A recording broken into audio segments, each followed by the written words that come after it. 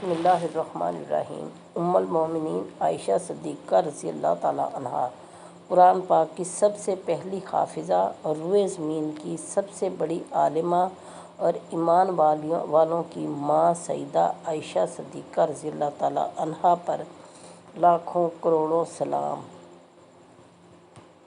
شان ام عائشہ صدیقہ رضی اللہ تعالیٰ عنہا۔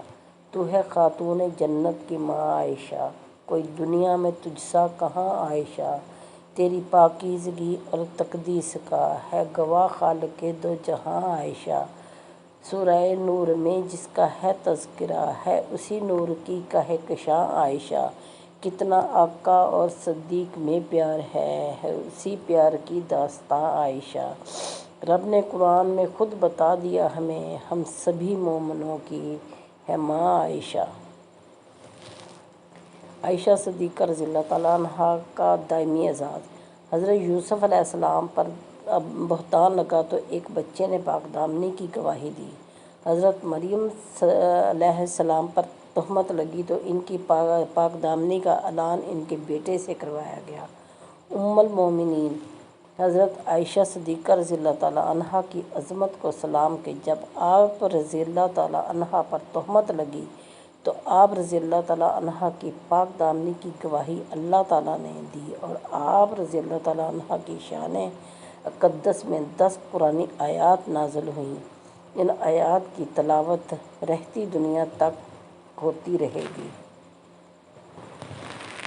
ام المومنین عائشہ صدیقہ رضی اللہ تعالیٰ عنہا دنیا کی وہ واحد خاتون جن کی پاک دامنی کی گواہی اللہ پاک نے خود قرآن پاک میں دی ہے۔ حضور صلی اللہ علیہ وسلم کی سب سے پسندیدہ شخصیت حضرت عمر بن عاص رضی اللہ تعالیٰ عنہ نے حضور اکرم صلی اللہ علیہ وآلہ وسلم سے عرض کیا کہ آپ صلی اللہ علیہ وآلہ وسلم کو لوگوں میں سب سے زیادہ کون پسند ہے؟ تو آپ صلی اللہ علیہ وآلہ وسلم نے فرمایا عائشہ۔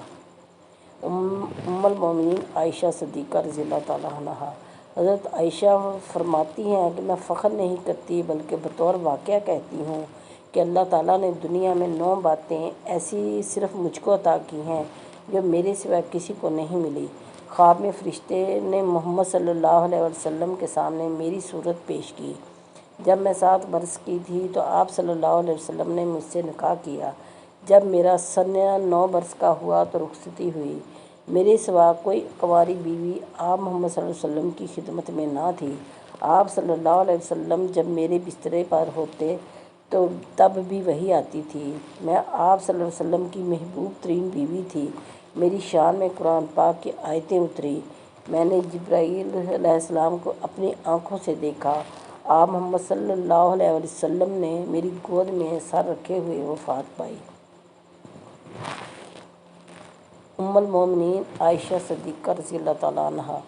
سیدہ عائشہ صدیقہ رضی اللہ تعالیٰ عنہا کو محبوب کائنات صلی اللہ علیہ وسلم کے ساتھ گفتگو کرنے کی بہت قدرت تھی اور وہ جو چاہتی بلا جھجک عرض کر دیتی تھی، اور یہ اس قربت و محبت کی وجہ سے تھا جو ان کے مابین تھی۔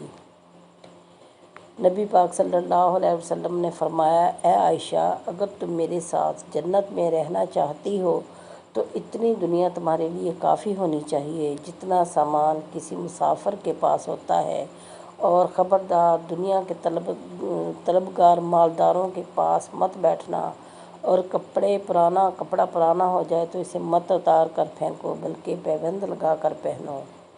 ام المومنین عائشہ صدیقہ کی فضیلت۔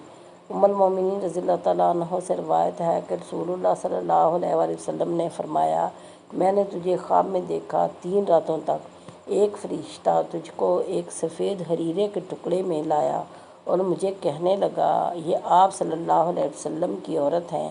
میں نے تیرے چہرے سے پردہ ہٹایا تو وہ تم نکلی۔